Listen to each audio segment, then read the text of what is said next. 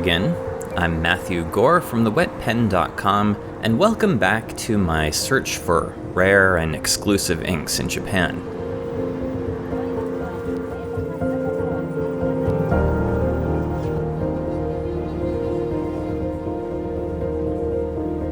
After spending just 4 nights in Tokyo, I woke up on a sunny Monday morning and headed to Tokyo Station, where we boarded a bullet train heading southwest along the coast towards the southern island of Kyushu and the city of Nagasaki.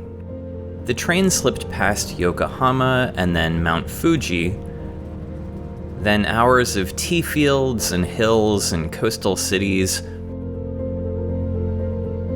And finally, we took the tunnel under the Oseto straight to the island of Kyushu. And when we transferred to our final train, I knew I was going to like the place.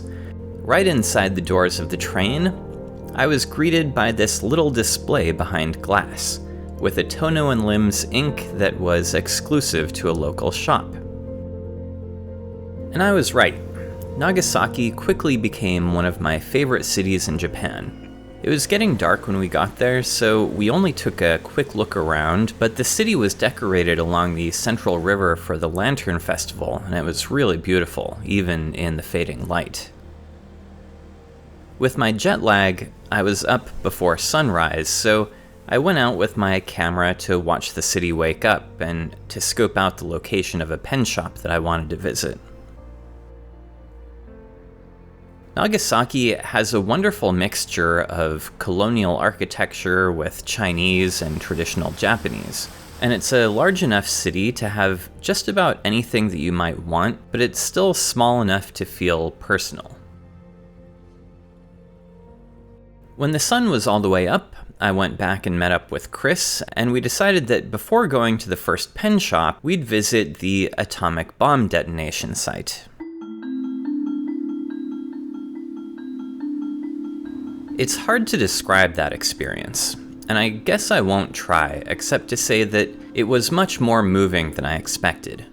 Part of the reason was that the Japanese people that we met at the site were so friendly with us, along with the fact that both of my grandparents on my father's side were members of the Manhattan Project in Los Alamos that developed that atomic bomb. My grandfather was a chemist, and my grandma Gore was a mathematician on the project. We visited the fountains and the monuments with their strings of paper cranes, and we stopped in at the museum, but Chris and I both agreed that what we had already seen was enough, and we left pretty early to see the rest of the city.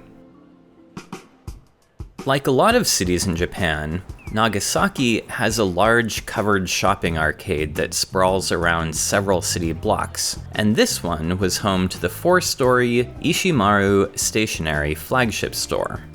I quickly found my way to the second floor fountain pen and ink section, and I started off looking at the warehouse of Tono & Limbs inks. There were literally hundreds and hundreds of them, not just on these shelves, but also around the corner on the next side, and around the corner again. But across from them was the section of exclusive inks, and the bulk of that was taken up with the Ishimaru line of color bar inks. These are pretty popular. I've seen them advertised in a lot of Japanese stationery magazines, and there are tons of colors of these too. At least 87 of them. But there were so many that I couldn't decide on a color, and I ended up just skipping them altogether. But there were more exclusive inks too. These are the Nagasaki BK inks, with each one of them named after a local attraction. I bought the Glover Gardens bottle, which I had briefly visited, and I got the Gukanjima Sunset Gray, which just didn't sound like anything else in my collection. I believe that these are all made by Sailor. They used to be available in vase bottles. And yes, it says Sailor on the bottom of these bottles, but this is unusual packaging for a Sailor-made ink. Next to those were some pink exclusive Tono & Limbs bottles of ink for dip pens called something like Fresh Ginger. But then there were these 4 Nagasaki Delicious inks, named after some local food specialties. I really liked the idea of a flying fish ink, but this one with the bowl of noodles is called champon, or champin or something, which is a local style of noodles that I had had for lunch. It's vaguely similar to ramen, but often topped with oysters or other seafood, and the noodles are these large udon-style noodles. So I got that bottle even though it was a Tono and Lims and made in Korea. Let's take a look at these 3 before I move on. First, I'm going to swatch this Glover Garden on 4 papers. My coloring as usual. Then this second one is Yusari paper, a new addition to my videos. Then Tomoe River and Midori MD, which is ivory. Oh, okay. This isn't exactly what I expected. It's a much thinner, paler gray-green. But I do sort of like it. It reminds me of Deep Sea Green from Faber-Castell. Looks like there could be some good shading, or it could just be hard to read. Anyway, it's pretty similar on all 4 papers. There's a little more color separation on the Tomoe River, and of course, the color looks a little bit warmer on the Midori. Up next is this Sunset Gray. I'm not even really sure what to expect with this one, so this should be interesting.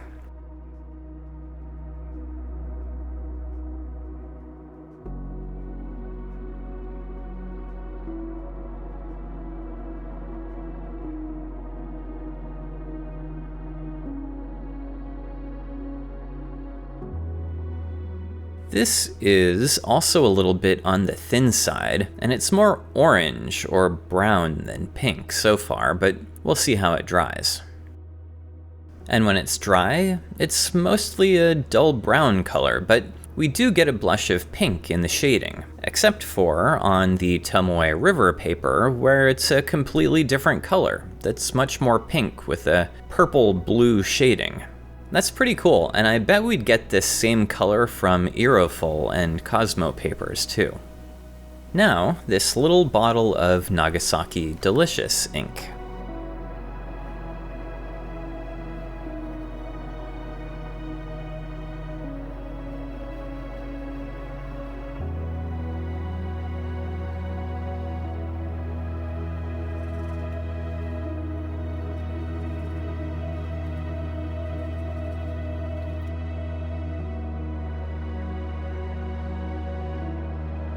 Wow, this one is a lot more interesting than I expected. It is basically a beige noodle color, but it has this interesting reddish-brown shading, and the base color itself looks a little more opaque than I expected.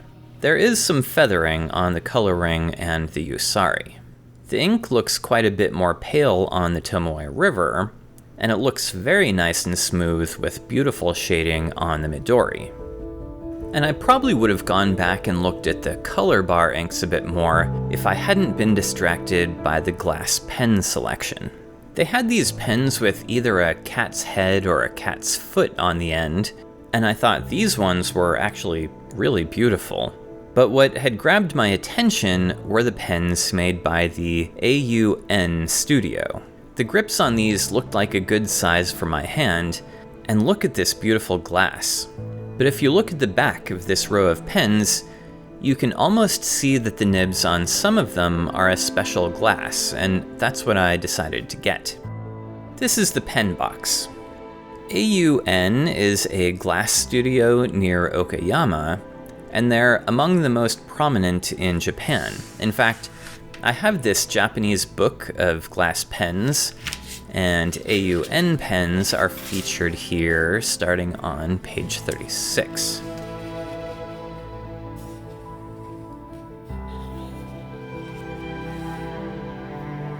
And I also lifted this photo from their Instagram account. I've linked it below, but man, this glass is amazing. I wish that I'd found one of these. But this is the one that I did find.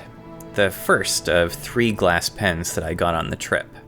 What I liked in particular about these is that the nibs are an opal white instead of that standard clear glass, The material is beautiful in its own right, with its semi-opacity and subtle shifts in color, but it also has the practical function of allowing you to better see how much ink is on the nib and what color it is. And this is the glass of the body of the pen. It's a lot like a galaxy blue acrylic.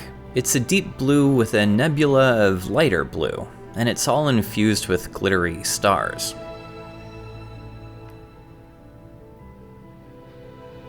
It's easily the most comfortable glass pen that I own, and it has a medium-fine tip, which works nicely. Of course, now that I've looked longer at some of my photos at the other glass pens, I wish that I had bought another one or two of the others, but I'm glad that I at least got this one.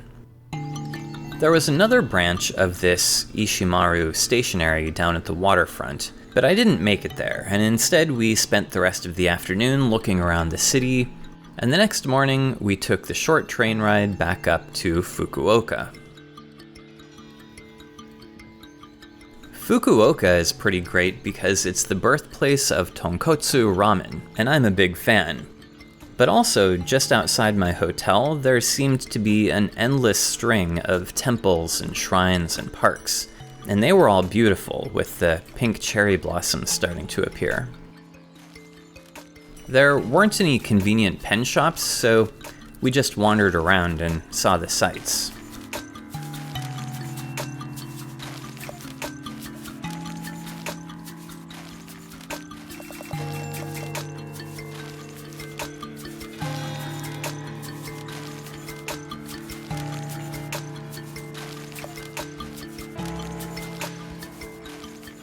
Overnight, though, it really started raining. And when I took a look around in the morning, I decided that it would be a good day to get out of the rain a bit and take the train up to the Tamaoki stationery store in the nearby town of Iizuka. The train ride through the misty green hills was lovely and peaceful, and when we arrived, the town of Iizuka seemed sleepy and quaint in the rain that continued to fall. After a 15-minute walk, my map showed that we were close to the place, but the signs didn't really match. They said things like CuLuRe Cafe and Zaka, or CuLuRe Zaka and Stationery, but when I found the front door, there was a sign to let me know that I was in the right place, although I never did find out what a Zaka was. Anyway, the store was large and spread over 3 buildings. And despite the backwater feel of the town on that day, the shop was modern and fashionable in the Tokyo style.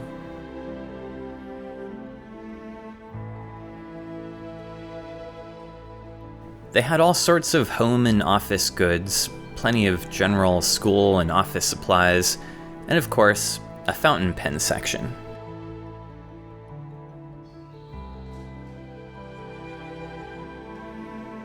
They had the same glass pens with cats on them, and some other nice ones too. I found some common Western inks and of course Tono and Lims, including 6 Fukuoka inks. There were Platinum and Tachia, and these Starry Night inks from Hungary. And I found these 3 Mishima inks again. But of course, what I was looking for were these 12 Sailor inks in vase bottles. And since I'd traveled a bit to get there and hadn't seen many vase bottles on the trip so far, I decided to buy 3 of them. First, I chose this one with the purplish label, called Violet. The subtitle is A Small Flower of Happiness, which I liked. Then I got this orangey red called Tahe. And finally, I picked this one simply because I liked the name. It's called Hometown of Fireflies. The description of the ink on this poster says, "In Iizuka City and Kama City, fireflies live along the beautiful waterfronts. The ink was created with the image of a home for fireflies, a summer tradition." And the ink was released in July of 2021.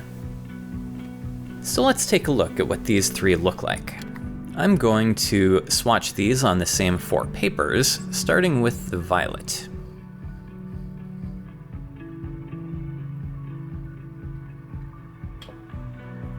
Huh, this is much more of a red and magenta than I was expecting for something called violet, but it's a great color. As it dries down, a lot of that color is obscured by green sheen.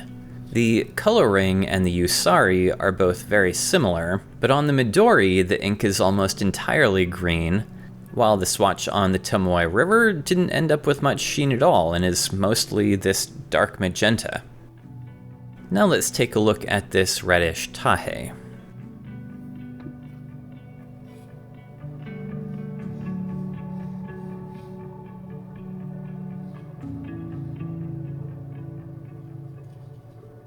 Yes, this definitely starts off as a nice orangey red. I really like this color, and it's nice and smooth going down on the paper. As it dries, we get a little bit of green sheen in the heaviest areas. On the Usari, the ink leans a little bit more pink where it's thin, but it's pretty similar to the coloring. The color is quite a bit more red on the Tomoe River, and on the Midori, it's a little bit more orange with the heaviest green sheen.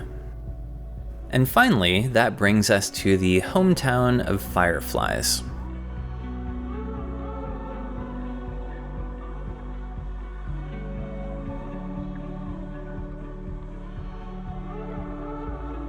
Ah, that's a really pretty dusk blue. It's a pale enough ink that it looks like it'll produce some good shading. I'll have to see. This ink doesn't look significantly different on any of the papers, maybe just a little bit greener on the ivory Midori paper, which is to be expected. Anyway, after buying these 3 inks, we walked back to the train station in the rain, stopping in at a dessert shop along the way.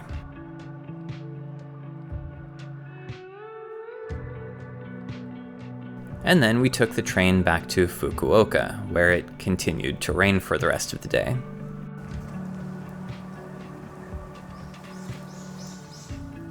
The next morning, we left the island of Kyushu and spent a few days in Hiroshima, and I'll pick up again there in the next video in this series. If you'd like to see that video and you're not already subscribed, this is a good time to do it. And don't forget about that like button down there if you've enjoyed this video. And that's it! Stay safe out there, everyone, and enjoy your fountain pens and ink. I'll see you back here next week with a new video.